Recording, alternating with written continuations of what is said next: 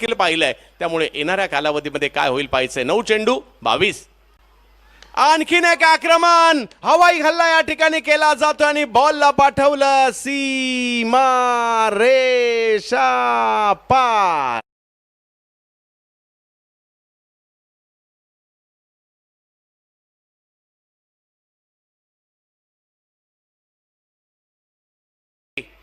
कदाचित काय होईल येणाऱ्या कालावधीमध्ये. 8 चेंडू आणि 16 धावांची आवश्यकता. धनंजय यावेळेला मात्र एक वेगवान फटका पाहायला मिळाला कव्हरच्या दिशेने. क्षेत्ररक्षक मात्र तिकडे पोहोचताना पाहायला मिळत आहेत. एक धाव घेतली, दुसऱ्या धावेसाठीचा कॉल.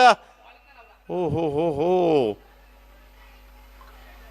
आता आम्हाला प्रश्न एवढाच पडला होता की रनआउट 18 चेंडू आणि 36 ची मॅच आपल्याला पाहायला मिळाली होती. आणखीन एक बिग हिट, याही वेळेला हवाई हल्ला, हवाई सफर,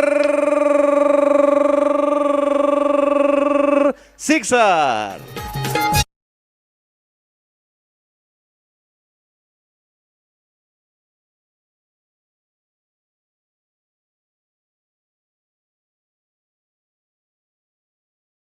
सुद्धा, परंतु ECK म्हणतायत आम्ही मॅच सोडणार नाही, प्रयत्न करणार. बॉलिंग साठी जर पाहिलं तर येत आहेत प्रतीक.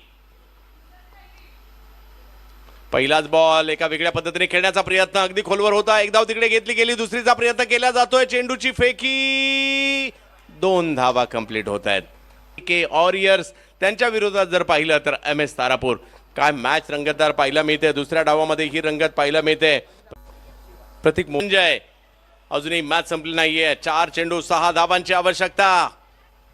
यावेळेला फटका खेळलाय, आक्रमण केलंय. धनंजयने मात्र या बॉलवर मोहर उमटवताना पाहायला मिळाली. धनंजय या नावाची आणि जाई या गावाची. वाह, काय मॅच फिनिश केली या ठिकाणी. जबरदस्त विजय या ठिकाणी साकार होताना पाहायला मिळालाय. परंतु पराभूत होणाऱ्या संघाला अजूनही एक संधी आम्ही करू.